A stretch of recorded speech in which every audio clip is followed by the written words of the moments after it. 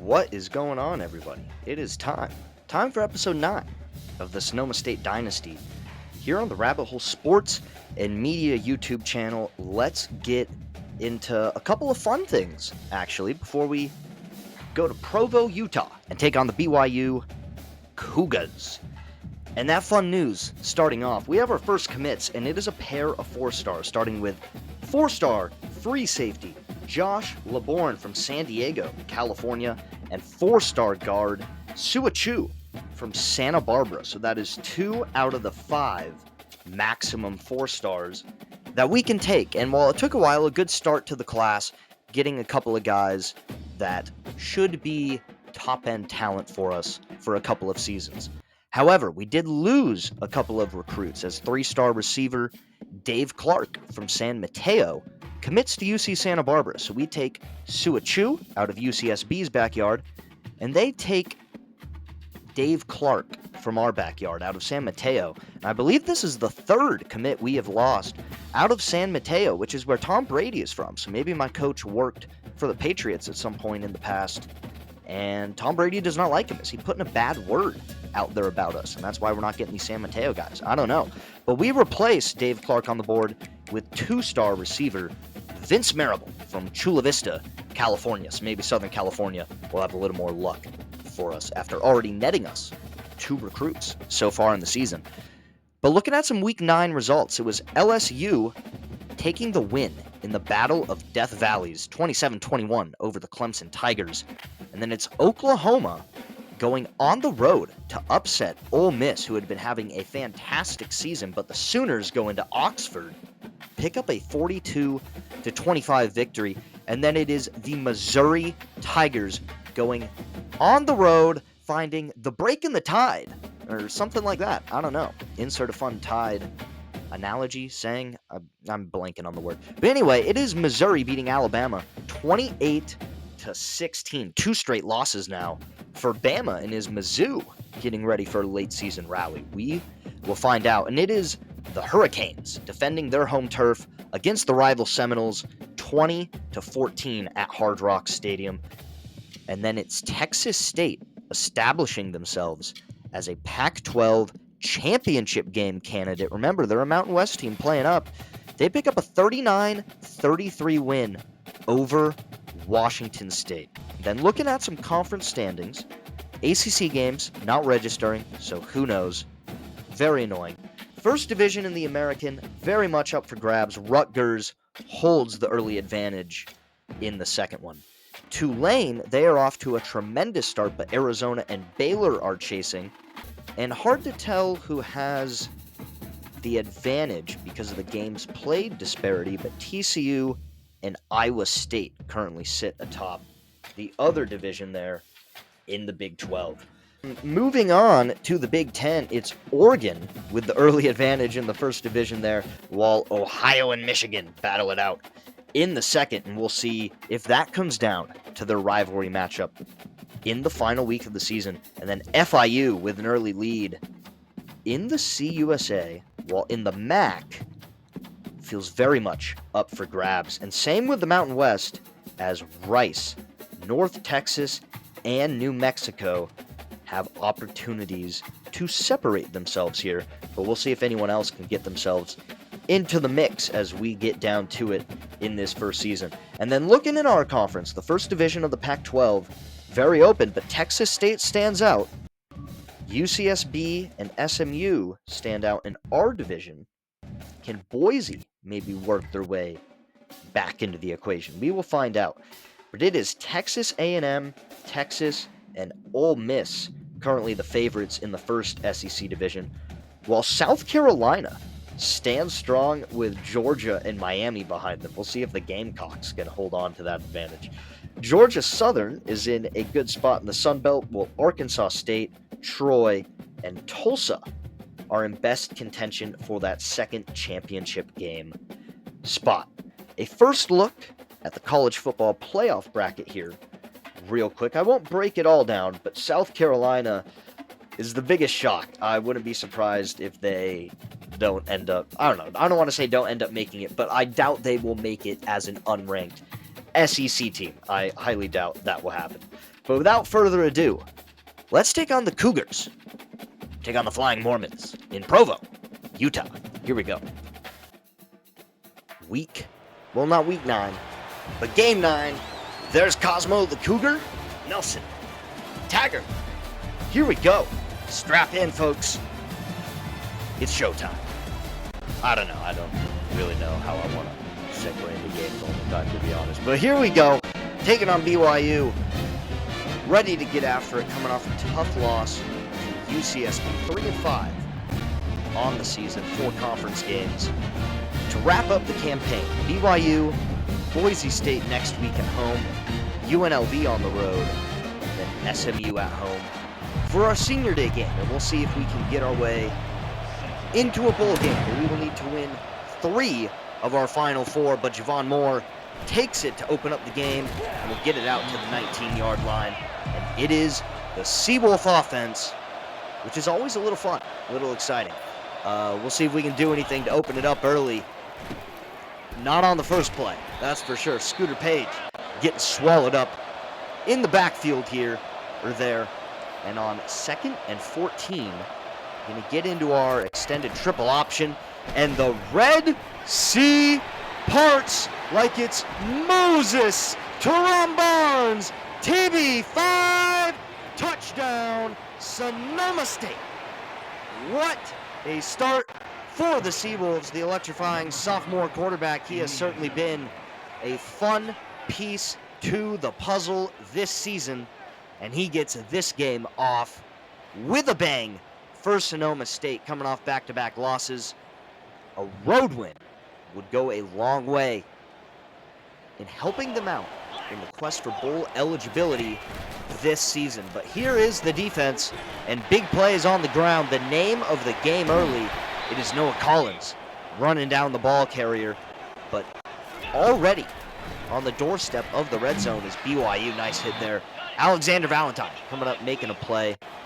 Gonna switch here, get into a better defense for trips coverage, but it is Dakota Mills giving up the inside there and not playing his zone correctly. And by him, I mean me, just a little bit.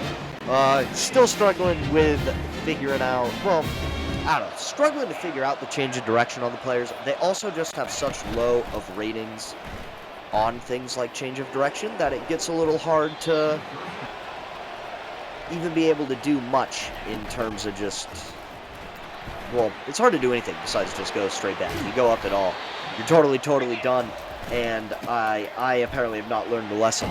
But Jackson Gregory churning out yards. Our offense looking to make some plays. Great start here. Gregory, McLawler, Barnes, all the usual suspects getting involved early. And add Demetrius Williamson to that list, getting it on the quick slant. Right there, nice grab in traffic. And Barnes, again, he is so much fun to watch. The speed, the burst, the athleticism, and a deuce of TD runs in the opening frame for number 5. Here we go. I mean, at the very least, something to build on with Teron Barnes, and Quincy Blue going to set us up well here with that sack, a chance to get some good field position and build on a first quarter lead. It feels like we haven't had that game yet where we've had some put away or cashed in on put away opportunities early. We've gotten up by a score or so, had opportunities to go up by a couple of scores, and weren't able to cash in. But anyway, 2 plays ago, Scott McLawler on that wide receiver option. Don't love running that with the tight end being the pitch man, but we do it. And then on that last play, it was Spencer Strickland, and then there, Demetrius Williamson. And then here, a little lead read. Why not make it a hat trick? Opening quarter half trick. Teron Barnes, the playmaker, ice in the veins. I don't know if you can really say that in the first quarter, but that's the celebration he pulls out of the hat right there. 21-7, Sonoma State, and a very, very fun start. And doing it on the ground makes me optimistic that we can potentially throw as this game goes on. So that's really what we want to do. Well, getting into personal philosophy for myself, I love smash mouth running the ball and throwing the ball down the field. I'd love to power run as we give up a typical Sonoma State touchdown right there. And I'm trying to commentate the games, but then also I kind of want to give more insight to what I'm doing, so it's not just like this person voiceovering a bunch of football meaninglessly. I want to share kind of the concept of why I want to do this Dynasty.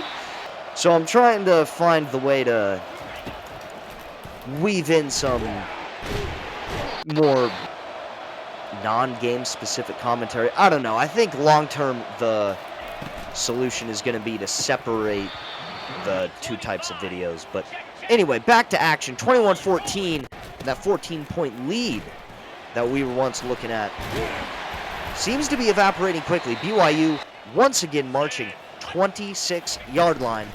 1st and 10. Open space on the corner. And already a $112 through the air for BYU, and one of the easiest rushing touchdowns you will ever see. We got ice in the veins. We got Heisman poses. A lot of stuff happening early in this game offensively. A lot of points, a lot of big plays. And if you're a fan of that, this is the right place to be. It's, you know, a little nice when you get video game numbers in a video game. Sometimes. I think next season, hopefully, we'll be able to play some more consistent, not necessarily low-scoring games, but more of a competitive offensive and defensive chess match, as opposed to just, you know, watching a game and a contest of which defense is, you know, gonna pull a stop out of their hat at some point. But here we go, looking to take back control, get back in command. Had such a good start. Started keying on the run a little more, did BYU. I don't show every play, so sometimes I feel like in the highlights I'm watching and I'm like, well, why did we totally stop doing that? And then I'll go check the full game and I'm like, oh yeah, right, because there were 3 or 4 plays where they stopped something and we are kind of forced into getting into a different element of our offense. So I don't know, maybe as I go along, I'll try to find the balance of like sharing what my game plan is and then finding a mix of highlight plays as well as plays that kind of show how the game plan went, right? Like if they did something where something we wanted to do didn't work, I'll show some plays where that happens. If there's some plays where we are able to do something I didn't anticipate us being able to do, show that as well. So it's not just, you know, a barrage of big plays. As we miss a kick there, Ian Wells has not been quite himself ever since the Army game. In that one, I took a few long field goals with him and missed. And pursuit angles, never heard of them at Sonoma State. Down the sideline, touchdown, BYU. They were down early, and they have not looked back. Roberts to the house.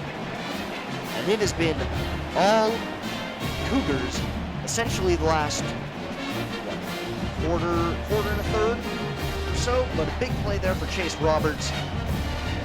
We are gonna see something, well, there. So what we screwed up on, a nice little pursuit angle, is something I remember working on from the age of 8 in football. So fundamentals, we don't have them down, but we do have down how to shift and get to a kick. Second straight week with a blocked PAT. Method to the madness. If you ever see me shifting on this game, you're just like, what the heck is going on? But what the heck is going on with the BYU defense? Because it is Teron Barnes for the 4th time in the opening frame, going to the end zone, and he is putting the team on his back. In the first half, it has been a big playfest in Provo as these two Pac-12 teams exchange highlight after highlight. It's been almost 10 minutes of just first half highlights, which I guess isn't too far off. The total minutes, or the videos end up being 23, 24-ish minutes on average. Probably about 18-ish of highlights, so I guess not too much more. But we still got 3 minutes to go in the second quarter, folks, and BYU is showing no signs of slowing down. Already 2:18 in the air. I should really have the players' names down. Much, much better. I'm really sorry about that. I think I'll be better at that going forward. I really hope so. Especially since down the line, because part of my mistake here as we get it out to Scooter Page and why I don't have the opponent names down as much. I just don't get as deep into knowing specific players in college football as much as I used to anymore, I got to admit. And I didn't really realize that till I started playing this Dynasty, and then was like, you know what? I don't really know all the great players and all the teams, as we cannot connect with Javion Foreman, and we will give the ball back to BYU. In and out of what's going on in the gameplay. But anyway, back to what I was saying. But I think as the Dynasty goes on, and I kind of get over the hubris of, oh, I know the players on the team, and I know it's going to be just default recruits as a Nico Solomon user masterclass. You are welcome, everybody. The highlights keep coming. The cannon keeps firing. I think they're going to be running out of gunpowder here in Provo pretty soon. The rate this game is going at 34-28 in the first half. But as the teams are made up of just the game-generated recruits and none of the players are real people, then, you know, I'll kind of be forced to look at who's actually on the team and what's going on. And hopefully at that point, I'll be better at the names. But I'll try to start doing that going forward and not wait until 3 years down the line where we have all made-up players. As Javion Foreman, what a reception in traffic. That is an absolute glitch. I don't remember too many plays like that working in our benefit this year, so we will take it. And Ian Wells, this time, is on target. 34-31. A lot of excitement. I feel like I'm going hoarse just from that first half. I could use a break and do some water, but I use these, or do these normally one take all the way through. So if you, at any point in these, and I know there are moments like this, because I listen to them back and I'm like, what the heck was I trying to say there? But if there's ever moments where you're like, why are you talking like that? Well, that's not the saying. What's going on? That's not proper English. This is raw, man. Raw reaction. This is live. This is true human element. As I, will enter the depressive state of the episode. We get hit with a gritty. We need to start a gritty counter. Every time we get grittied on, maybe we need to bench somebody. I don't know. To me, it's the most humiliating celebration to have against you. And it is 41-31. BYU early in the third quarter. And this was the same amount of points UCSB scored against us all game. And for as much as we were humming early with big plays in the ground, nothing else has been overly consistent for us. In this game, pass game has been out of rhythm. Their great coverage. Run game outside of Jerome Barnes has been inconsistent. And I have never seen anything like that in my life, in real life or playing Madden. We don't even get our punt blocked. Our punter just gets straight up tackled. And then we give up a touchdown on the next play. You gotta laugh. You gotta laugh a little bit, right? And I don't even mean a little bit, a lot. I mean, it is what it is. Figured there'd be a game like this where it just felt helpless and we couldn't do anything. And I will say, after this game, because I have, spoiler alert, I've played out the full season at the time that I'm recording the audio for this. I did make some adjustments to the defense. Nice play from Noah Collins as we get to play downfield. Good to see the DBs still fighting, man. I know we leave them on islands a lot and they get exposed and they're probably getting talked about on social media, but they're loved in this locker room for the effort that they give on each and every down, and I know they're going to get better, and that unit is going to get better, and this team is going to get better as we go forward. But anyway, adjustments coming on the defense, I'll just let you know, and one of them is that on almost every play, there's a good mix of crowd of people who play and don't play this game, as we're going to set up our favorite press man-beater concept right here for a touchdown, but before the snap on every play, Javion Foreman down the sideline. I don't know, that was so spastic. What am I doing? Am I losing my mind? It's not even late at night or anything. It's the middle of the day. Javion Foreman down the sideline. The rate the points have been coming at feels like it's not over, but our defense has got to figure something out. But what I've been trying to say forever, and then just 80-yard play after 80-yard play breaks out. I can't even believe I actually played this game. This is a computer game. getting Bobby Schmurted, I think that is. I don't even know. What am I even talking about? Pre-snap each play, I always do a coverage adjustment based on what kind of leverage you would actually play for that coverage, because it feels like the game doesn't build that into the defensive schemes. And that had worked really, really well for me for a long time. And then in this game, for some reason, it blew up in my face, and I stopped doing that the rest of the season. And it gets better. I will tell you, we never have a game this bad again defensively. And yeah, so anyway, it gets better, folks, and I gotta be honest. At this point, I was like, all right, the writing's on the wall. Ball just hit CJ Peaks right in the face. Hard to blame Teron Barnes, but I would sim to the end, and you see the final score, 73-52. But this is the wildest part of this game right here. I've never seen this before. We lose, and Teron Barnes is the player of the game, throwing for 431 yards, and I'll get to the rest of his stat line later. 705 yards of offense for us, 771 for BYU, as Jake Retzlaff, 24 of 28 for 578 yards, 7 touchdowns. He's throwing a touchdown every 4 attempts and averaging over 20 yards an attempt. You'd think we were JUCO.